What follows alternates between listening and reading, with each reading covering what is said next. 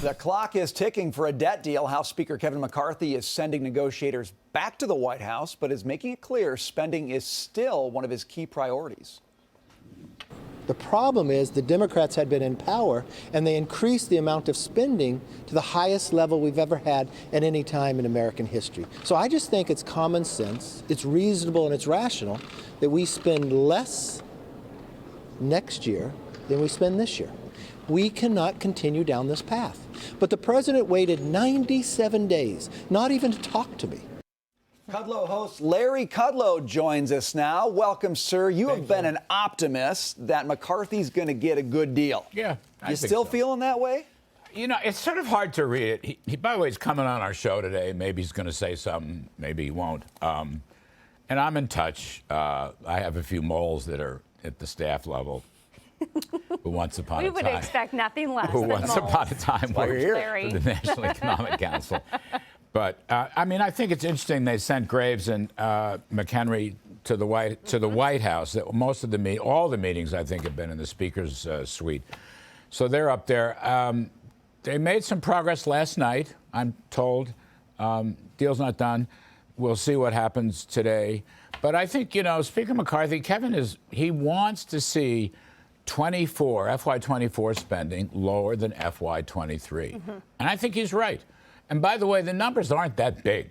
Right. I mean, you use the CBO estimates, it's $40 billion. The trouble is, you know, that all that COVID money came out of entitlements, right, but stayed in the discretionary current services base. Yes. Okay? And that's the $130 billion from the baseline of 22 going into 24. And they need to fight as much as they can to take that stuff out. We're still fighting on work requirements? Yes. They haven't worked that out yet. They haven't worked the permitting out. But I gather that they want to get the spending piece, and then they'll deal with the other stuff. Unfortunately, to my way of thinking, the student loan stuff is not being taken out. That's really too bad. But in any event, permitting, work requirements, that'll come later.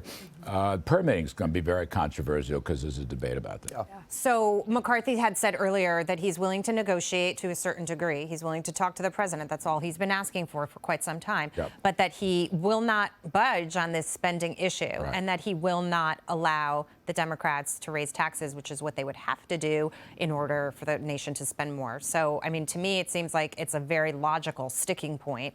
What do you think they'll do? Well, I think your tax point is very important because, in a sense, the Democrats have some nerve putting the taxes in there, and it's class warfare stuff. And Biden gets up there. This is a bottomless Pinocchio. He keeps saying that the wealthiest people only pay 8% of the tax revenue. They have an 8% average tax rate.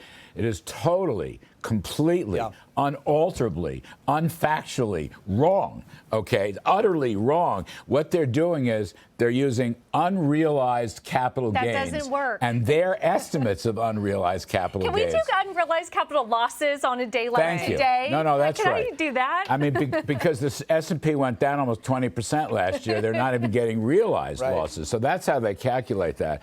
And that's completely off the table. Spending is going to be it. If they can figure out the cap, the baseline, and how long the cap will last, those seem to be the three biggest issues. Okay? Then, I mean, you know, they could come back today. They might show up at 2 or 3 o'clock this afternoon. Then the rest of it, I think, is going to work out okay. And I just want to say one thing. There will be no debt default. The media is whipping this up. It's the end of the world, and you know you've got crazy left-wing Democrats talking about rioting in the streets. It's utter nonsense. There will be no debt default. The Treasury will always have the cash flow to pay the interest on the debt. Technically, legally, the Constitution is on their side. And by the way, if bonds come due, if there are redemptions, they can roll them over, put a new issue in, and still stay under the cap. So people in the market should just understand that. Well, I think they have largely. I mean, Taylor was complaining about her losses, but markets have really said, we think a deal is going to get done down today. But is there some creeping sense maybe that as this goes on, the Biden folks saying, you know what, let's let's make this really ugly and see if McCarthy gets some of the blame on this. You know, it could be. I wouldn't put it past him, is what I'm saying. You're right. I agree with that. You know, you never know. I believe Mr. McCarthy is going to say, go home for the Memorial Day weekend, right. But you're on 24-hour call. But the negotiations with the big shots will continue during Memorial Day weekend. So, look, there's a worst-case scenario here. I agree. There's a best-case scenario. I agree with that. All I know is the United States will not default on its debt. Now, Yellen says we won't have enough money to pay all our obligations. Now, that could be true. Yes. Okay. That incidentally does not trouble me enormously. You want to shut the government down? Right. Let's talk. Okay. Right. I went through a couple of those when I was in government.